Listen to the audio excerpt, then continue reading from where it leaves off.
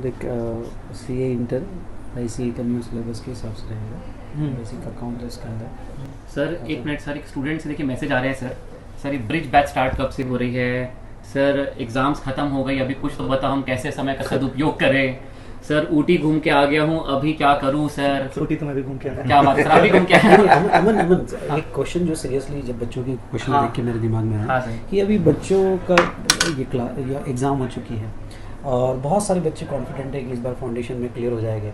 तो यहाँ पे इम्पोर्टेंट अब उनकी फ्यूचर प्लानिंग कैसी होनी चाहिए, क्या होनी चाहिए, इसमें क्या व्यू है?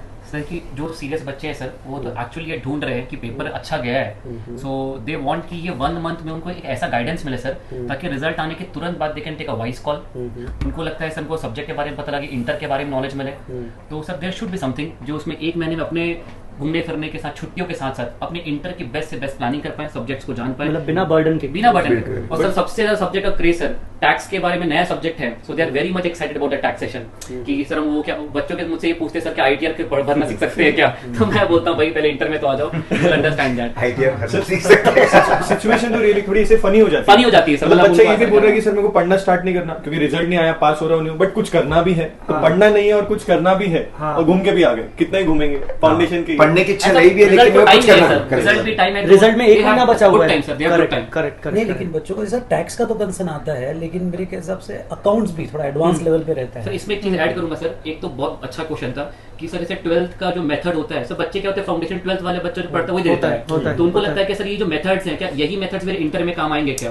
तो कि सर आपने मुझे बताया था कि वो वाले मेथड्स में नंबर कटते हैं स्टूडेंट्स के इंटर में, so this is a very big problem sir कि क्या वो मेथड्स सही है उनके लिए? मतलब इसमें मुझे ऐसा लगता है कि एटलीस्ट अब ये जो महीना है, जो स्टूडेंट्स कॉन्फिडेंट है, तो ये जो महीना उन्होंने यूज़ करना चाहिए वो कि इंटर लेवल पे सब्जेक्ट कितने हैं, सिलेबस क्या है, सिलेबस की डेप्थ क्या है, एंड देन क्योंकि क्या है इंटर क्लास लगाने के पहले, क्योंकि इंटर का क्लास लगा दिया तो वो ऑलरेडी 8 to 9 मंथ्स एंगेज हो जाते हैं, तो they should take a wise decision before joining class anywhere कि भाई ये क्लास सब्जेक्ट कितना इंपॉर्टेंट है और क्या है। तो इसके लिए जैसे मैं बहुत सी बार देखता हूँ कि स्टूडेंट को इंटर लेवल पे इनिशियल स्टेज पे अकाउंट्स भी थोड़ा डिफिकल्ट जाता है, डिस्कम्फर्ट होता है बच्चा। ऐसा क्यों? डिस्कम्फर्ट सर एक्चुअली क्या होता है, देखिए accounts is the core subject, ये हम सब जानते हैं, और होता क्या है साथ साथ फाउंडेशन में ना सर, फाउंडेशन में ना भागना पड़ता है, फाउंडेशन में टाइम नहीं मिलता है, बस जल्दी करो और आगे बढ़ो, तो उस चक्कर में ये जेन्युइन प्रॉब्लम आती है बच्चों में कि उनके अकाउंट्स के कंसेप्ट्स स्ट्रांग नहीं होते हैं। ये एज अ स्टूडेंट भी मैं अपने टाइम पे फील कर पाया था।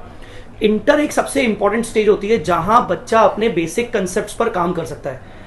ब्रिज बैच के अंदर या जो भी हम बैच अभी प्लान करेंगे, मुझे लगता है कि हम उनके अकाउंट्स के बेसिक कंसेप्ट्स को बहुत अच्छे से स्ट्रांग करवा सकते हैं, वो भी इस टाइम पे जब उनके पास समय भी है और वो थोड़ा थोड़ा टाइम दे देगा। इससे होगा क्या सर, सबसे बढ़िया बेनिफिट ये होगा कि जब वो एक्चुअल में पढ़ाई शुरू करेगा रिजल्ट के बाद, तब ना सर वो पहले दिन से ना कॉन्फिडेंट फील करेगा, मतलब वो फैमिलियर तो हो जाएगा।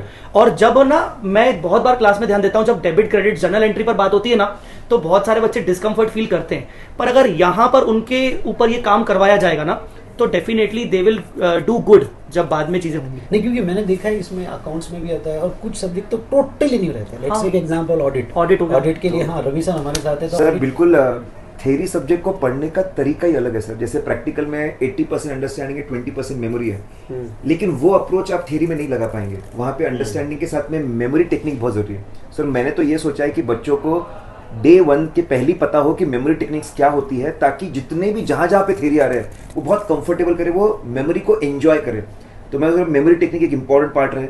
और ऑडिट इतना प्यारा सब्जेक्ट है जिसमें बहुत सारे कॉर्पोरेट फ्रॉड्स आते हैं, कैसे फ्रॉड्स होते हैं, ताकि उनको एक keen interest, not just in audit, overall CA profession के अंदर फ्रॉड में बड़ा मजा आता है। लेकिन फ्रॉड पकड़ना है, फ्रॉड करना है। तब CA auditors go hand in hand. But sir एक और चीज जो मैंने रियलाइज करी थी, क्योंकि जैसे भी हम लोग जब जाने आते हैं कि घर पे कि भाई ये सीए कर रहा है, कर रही है, तो कभी कोई भी आके पूछ लेता है, अरे टैक्स में ये लफड़ा है, तू तो कर रहा है, तेरे को पता होगा।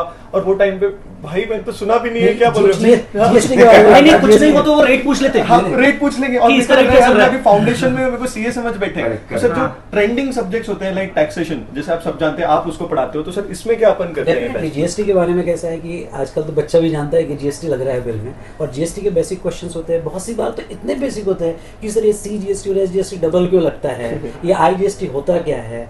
तो यस, ये बेसिक्स, अब जैसा कोई भी अगर ये इंटर का क्लास लगाए तो कोई इतने बेसिक में नहीं जाता है, सीधा फर्स्ट डे से शुरू कर देता है। तो ये बेसिक उसकी हिस्ट्री, 1 जुलाई को जीएसटी क्यों लाया गया है, ये भी उनको पता होना चाहिए। सो तो सर इतना तो है तो प्रॉब्लम्स, और वी स्मार्ट हमेशा की तरह कुछ ना कुछ यूनिक लाता है, तो Correct. कुछ है क्या इस बार? सो दोस्तों आपके लिए यस जो वी स्मार्ट ने स्टार्ट किया हुआ यूनिक कॉन्सेप्ट है और वो है ब्रीज बैच। तो हम आपके लिए सीए इंटर के रेगुलर क्लास ज्वाइन करने के पहले एक ब्रीज बैच लेके आ रहे हैं, जिसमें आप सभी ने हमारा डिस्कशन सुना होगा, जिसमें ये सारे आपके सीए इंटर लेवल के जो क्वेश्चंस है और जो बेसिक आपका फाउंडेशन बनाता है, ये ब्रीज बैच हम स्टार्ट करने वाले हैं 10 जुलाई से, जिसमें हम आपको ICAI की न्यू स्कीम में इंटर की स्ट्रेटजी क्या होगी, सब्जेक्ट कितने होगा, सब्जेक्ट का डेप्थ क्या होगा, उनके बेसिक्स क्या है, और ओके आपको रेगुलर क्लास में फर्स्ट डे से आपका इंटरेस्ट बरकरार रहे, उसके लिए ये ब्रीज बैच आपको डेफिनेटली हेल्प करेगी। और ये हम स्टार्ट करने वाले हैं 10 जुलाई से इवनिंग में 5 o'clock, और बस आपका 1 घंटा हमें देना है, आपका एंजॉयमेंट तो कंटिन्यू रखना है, साथ साथ में हमें भी 1 घंटा देना है, और इस तरह से हम आपको रेडी करेंगे हमारे रेगुलर बैच के लिए। सर बट मेरे को पता भी फाउंडेशन वाला बच्चा सोच रहा होगा सर इंटर में भी फीस भरनी पड़ेगी, पास हो गया तो क्या ब्रिज बैच में भी पैसे लगेंगे? नहीं For first 1000 students it is absolutely free. तो बहुत अच्छी गोल्डन अपॉर्चुनिटी है। डिस्क्रिप्शन में जाइए, पूरी लिंक दी हुई है, सिंपल सा रजिस्ट्रेशन प्रोसेस है, एक हमारा टेलीग्राम ग्रुप है वो ज्वाइन करिए, तो पूरी इंफॉर्मेशन, उसका शेड्यूल, कब कौन से सर क्या आपका टॉपिक लेने वाले, ये सब आपको पता चल जाएगा और आप हम लोगों के साथ जुड़ जाएंगे। और एक और चीज बोलूं मैं, अगर दूसरों से आगे रहना है तो आपको पहले तो शुरू करना पड़ेगा। तो अगर यहां पर आपने पहले शुरू कर दिया तो बाद में आप दूसरों से आगे भी रहोगे और तेज भी भागोगे, तो आप ये कर सकते हो, और डेफिनेटली ब्रिज बैच में आपको ये हम हेल्प कराएंगे। सो दोस्तों मिलते हैं evening 5 PM on 10th of July on our YouTube channel V Smart Academy. Thank you so much.